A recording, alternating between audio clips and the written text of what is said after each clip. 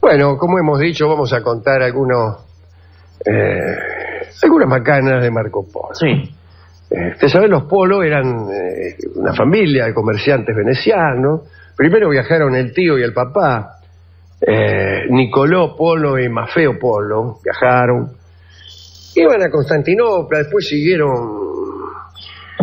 un poco, entraron ahí donde los tártaros, y se volvieron porque un poco se asustaron, pero dijeron, vamos a volver. Habían tomado contacto con las puertas de la China. Y volvieron después, ya con Marco, que era joven, muy fantasioso, muy valeroso, y viajaron, ¿no? Llegaron a Constantinopla y empieza la cosa, ¿no? Más difícil. Y encontraron un montón de maravillas. Según dicen, les llamó la atención, les llamaron la atención las fuentes de aceite, decían ellos, que no otra cosa que el petróleo. Para ellos es una cosa rara. Y dice, bueno, acá lo usan para quemarlo en lámparas o para preservar algunas cosas, y sale de una fuente, ¿no? Llamó la atención eso. Pero también cosas más fantásticas, como por ejemplo llegaron a un lugar ahí no lejos del Mar Muerto, en Sada, donde supuestamente iniciaron el viaje los Reyes Magos. Y ahí le dijeron, acá dice están enterrados los Reyes Magos, están en una tumba, sus cuerpos están muy bien preservados. Pero él no preguntó más. Y ahí sigue el libro. Dice, bueno, pero después no me dijeron más nada y siguieron viaje. Anduvieron por muchos lugares, ¿no? Vieron tribus como los Caucalas, que eran unos tipos que producían sombra, que a su antojo producían oscuridad. Qué extraordinario. Como recurso de guerra, producían a voluntad oscuridad. Como si la oscuridad fuera algo pastoso.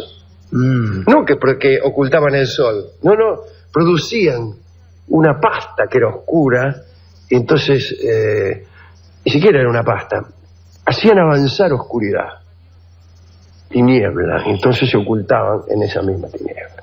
Eso eran los caucalas. Bueno, al final llegaron, qué sé yo, subían, bajaban, porque en ese momento había guerras que convenía evitar, ¿no? Pues anduvieron por mar, y llegaron Yantú, creo que se llamaba, una ciudad que tenía el Kublai Khan. Ni siquiera eran los chinos lo que él vio, eran mongoles que se habían apoderado de la China. El tipo lo vio y dijo, estos son los chinos, que era la capital de verano. Y después fueron más tarde a Pekín, ¿no? A la que hoy se llama Pekín, se llama de otro modo. Y eso es lo que vio Marco Polo. Pero después él cae preso, y cuando está preso, ahí escribe un libro, que es el Libro del Millón, donde se da cuenta de algunas maravillas que ahora vamos a contar. La primera maravilla de hoy es Germán, un reino de Persia situado al sur del desierto de Irán. Su capital también se llamaba Germán. En los tiempos en que llegó Marco Polo, estamos hablando del siglo XIII, la ciudad estaba dominada por los tártaros. Y dice aquí que su geografía no presentaba nada extraordinario, pero sí fue extraño un suceso que tuvo lugar allí. El pueblo de Germán era tranquilo, humilde y pacífico. Los pobladores se ayudaban los unos a los otros tanto como podían. Y en una oportunidad, el rey de Germán dijo a los magistrados las siguientes palabras: señores, me asombra mucho de lo siguiente. En los reinos de Persia, que están cerca de nosotros, hay gentes malvadas que siempre se matan entre sí, pero entre nosotros casi nunca ocurre agravio ni crimen, dijo el rey. Los magistrados se reunieron y respondieron que la razón se encontraba en el suelo mismo, pero el rey no les creyó. Para comprobar la hipótesis de los magistrados, el rey envió a distintos magistrados a diferentes lugares de Persia, es decir, al exterior, y sobre todo al reino de Isfahan, donde muchos guerreaban y donde había grandes crímenes todo el tiempo. Les ordenó a estas personas que cargaran 7 naves de tierra para llevarlas hasta Hermann. Cuando llegaron los hombres con tierra de otras regiones, la desparramaron por algunas calles y la sorpresa del rey de Hermann fue mayúscula, porque quienes pisaban esa tierra foránea empezaban a reñir unos con otros, con palabras y gestos violentísimos. Entonces, horrorizado, el rey hizo barrer la tierra ajena y los disturbios finalizaron. Tenían razón entonces los magistrados, que opinaban que el malestar estaba en el suelo que se pisaba. Compárese esta fábula con la de Anteo, aquel que luchó con Heracles, ¿no? Heracles lo tiraba al suelo y Anteo se levantaba. Y se levantaba además fortalecido. Cada vez que se caía, se levantaba con más fuerza. Parece que el contacto con su tierra, la tierra de Flegras, donde él había nacido, lo fortalecía. Y esta historia, la de Anteo, es muy superior desde el punto de vista alegórico, porque conlleva la idea de que aquel que está cerca de su tierra, de que aquel que tiene un contacto con su lugar y con sus ancestros, es invencible. Tanto es así que para vencerlo, Heracles lo levantó y se lo llevó fuera de Flegras, y ahí lo derrotó fácilmente. En cambio esta es un poco más floja, ¿no? Es un poco más floja. En vez de decir que somos vulnerables lejos de nuestra tierra, esto más bien dice: los hombres de los reinos vecinos eran malos por los suelos que pisaban. Tiene un mensaje más bien chauvinista. Los demás son malos, nosotros somos buenos, etcétera, etcétera. Cerca de Hermann está la ciudad de Kurmos, en el Golfo Pérsico. Allí vivían mujeres que lloraban constantemente. Dice el libro que para llorar la muerte de hombres y mujeres, el día que uno deseaba que alguien llorara muy fuerte, estas damas cobraban un estipendio e iban a llorar a ese lugar. No sé de qué se asombraba Marco Polo, esto existió hasta hace muy poco, ¿no? Esta institución de las lloronas. Pero en todo caso era muy útil aquel servicio de llantos supletorios para quienes por desdén, por fortaleza o por indiferencia no lloraban y querían que sus muertos fueran dignamente despedidos. Cuenta Marco Polo que en el reino de Qenli-Fu, que es la actual región de Yan'u en China, solo hay una cosa que merece mención: las gallinas tienen pelo en vez de plumas. Atención, un pelo negro, aclara con toda prolijidad Marco Polo. Cita también la ciudad de Shesmir. Dicen que se refería a Cachemira. Allí vivían unos ermitaños exitosos en sus milagros, sobre todo en el poder que tenían sobre los astros. Por ejemplo, por encantamiento, se hacía de noche en medio de la tarde, solo por un rato, para evitar el calor, ya que, tal como mucho después dijo Rudyard Kipling, en la India hay una sola cosa que debe ser tomada en serio, y es el sol del mediodía. Muy bien, bueno. Bien, la ciudad de Pen, dominada por el... Pero que acá no lo dice, pero dominada por el gran Khan. Bien, era famosa por su producción de piedras preciosas. Abundaba sobre todo el jade, pero lo que le interesó a Marco Polo fue una característica del matrimonio en aquella región. Cuando una mujer tenía un marido y él la dejaba para irse de viaje, si era por más de 20 días, la dama podía tomar un marido suplente para consolarse de la ausencia. Bueno, no 20 días. No sé qué le sorprende, aquí ocurre todo el tiempo. Sorprende la prolijidad de la burocracia. Claro, 20 claro. días y eso. El marido suplente, eso sí, debía alejarse de la casa en el momento en que regresara el titular, ¿no? Siempre igual es preferible un rato antes. Sí.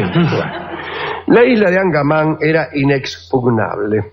Algunos hombres de esa isla tenían cabeza de perro.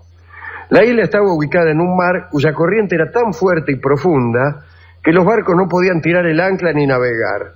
La corriente los arrastraba a cierto golfo del que no se podía salir. En la provincia de Badassian estaban los mejores caballos del mundo. Según dijo Marco Polo, eran descendientes del caballo de Alejandro, Bucéfalo.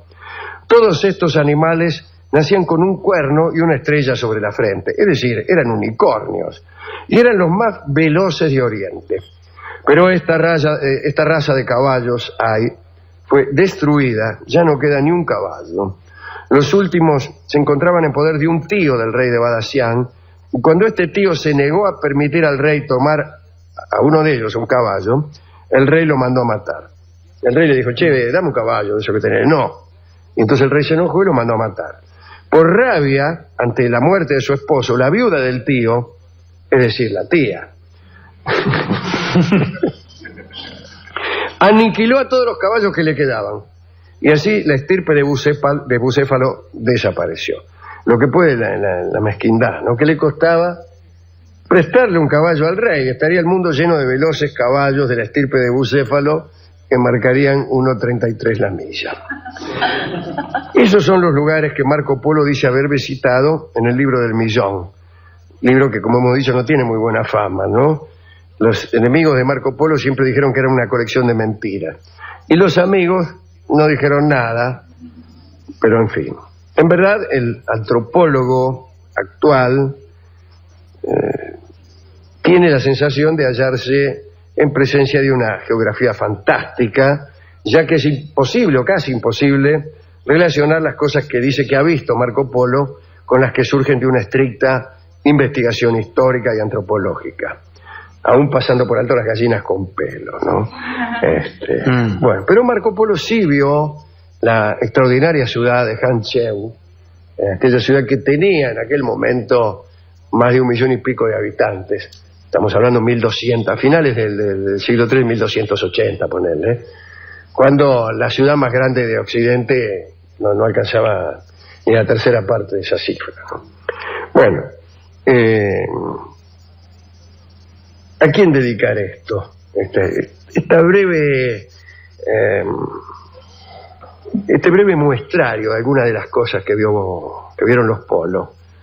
Después, mañana seremos más precisos, menos fantasía. Y así contaremos cómo estuvo en la corte del Kublai Khan, cómo confundió a los chinos con los mongoles, parecía más o menos lo mismo, las cosas que trajo, las cosas que realmente vio. Vamos a dedicar esto a todos los Polos, a Marco Polo, a Maffeo Polo y a Niccolò Polo, ¿no? Todos los que viajaban. Bueno, no era que el tiempo viajar era más difícil, ¿no? No es como ahora que cualquier pelagato se sube a un avión y va a la capital del Afganistán. Estaba pensando en este momento, por eso dudaba cuando hablaba, ¿cómo se llamaba? Mañana se lo digo. Hay una ciudad del Afganistán, Baghni, algo así. Bang, no me acuerdo cómo se llama ahora, donde se casó Alejandro Magno con la hija del rey Darío de Persia, Dariagua, rey de reyes, y que fue visitada por Marco Polo, pero claro, la encontró medio perjudicada, no era lo que había sido. Pero, digo, no era tan fácil.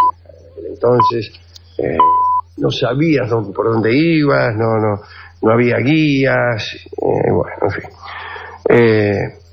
Por otra parte, era difícil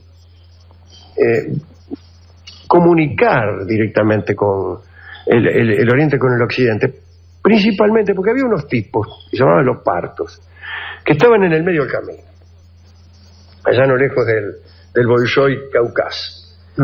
Y entonces cobraban como un peaje, dominaban la ruta de la seda que le llamaban, ¿no? Y no dejaban que las caravanas de Oriente llegaran a Occidente y viceversa, porque no les convenía a ellos que el contacto se estableciera, porque ellos ¿qué hacían? Compraban muchas mercaderías de Oriente y se las vendían a los que por el otro lado venían del Occidente y viceversa.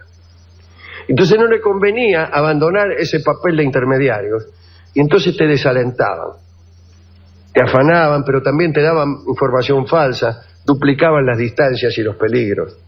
Entonces, casi nadie había llegado. Hubo también, cuando el primer viaje que hicieron los Polos, Mafeor y Colón, hubo algún intento de que el Papa de Roma se comunicara o mandara algunos delegados en el segundo viaje para hablar con el emperador de la China.